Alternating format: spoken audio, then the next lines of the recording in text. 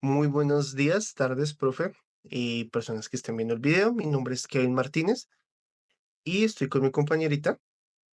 Natalia Aguirre. Listo, el día de hoy vamos a hablar un poco sobre la lectura que nos dejaron, que es sobre la creatividad y la innovación. Más que nada, a mí me parece interesante este tema, es porque vemos como varios factores, más que nada, que influyen frente al tema de la creatividad y la innovación.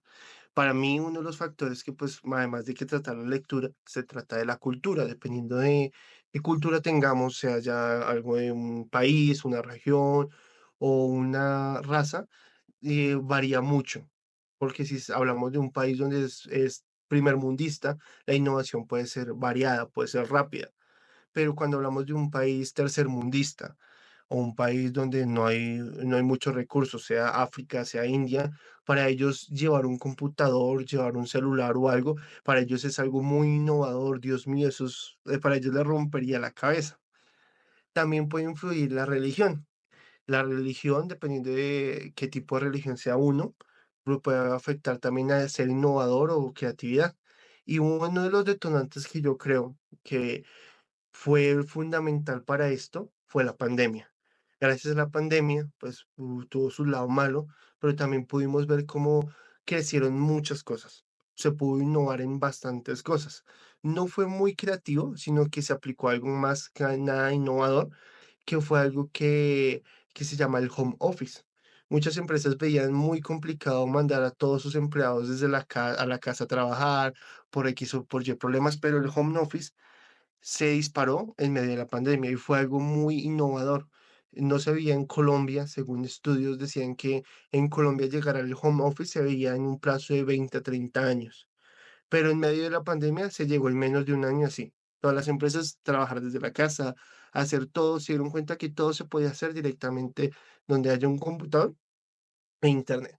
Además de eso, las carreras profesionales empezaron a crecer virtualmente.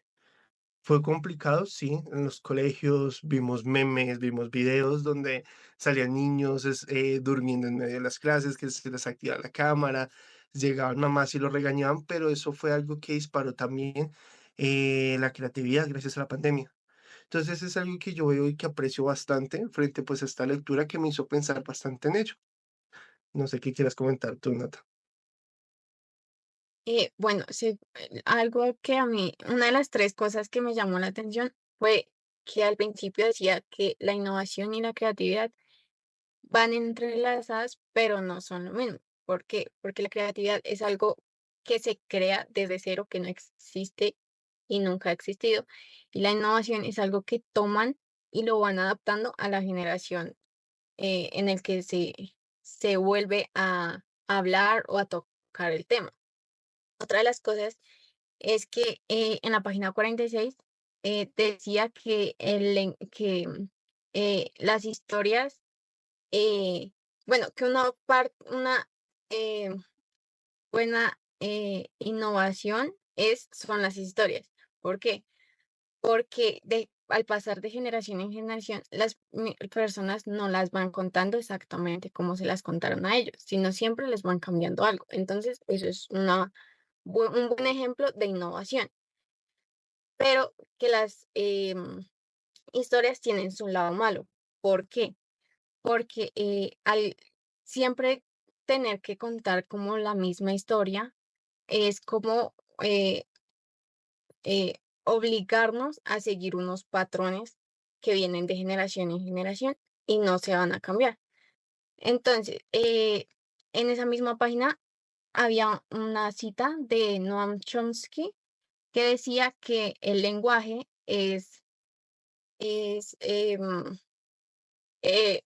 que la comunicación es el lenguaje universal y para comunicarnos con tanto con personas como con el ambiente en el que nos rodea. Y ya. Listo. Entonces, eso sería, profe, nuestros aportes. Agradecemos su atención, que tengan un buen día. Hasta luego. Gracias.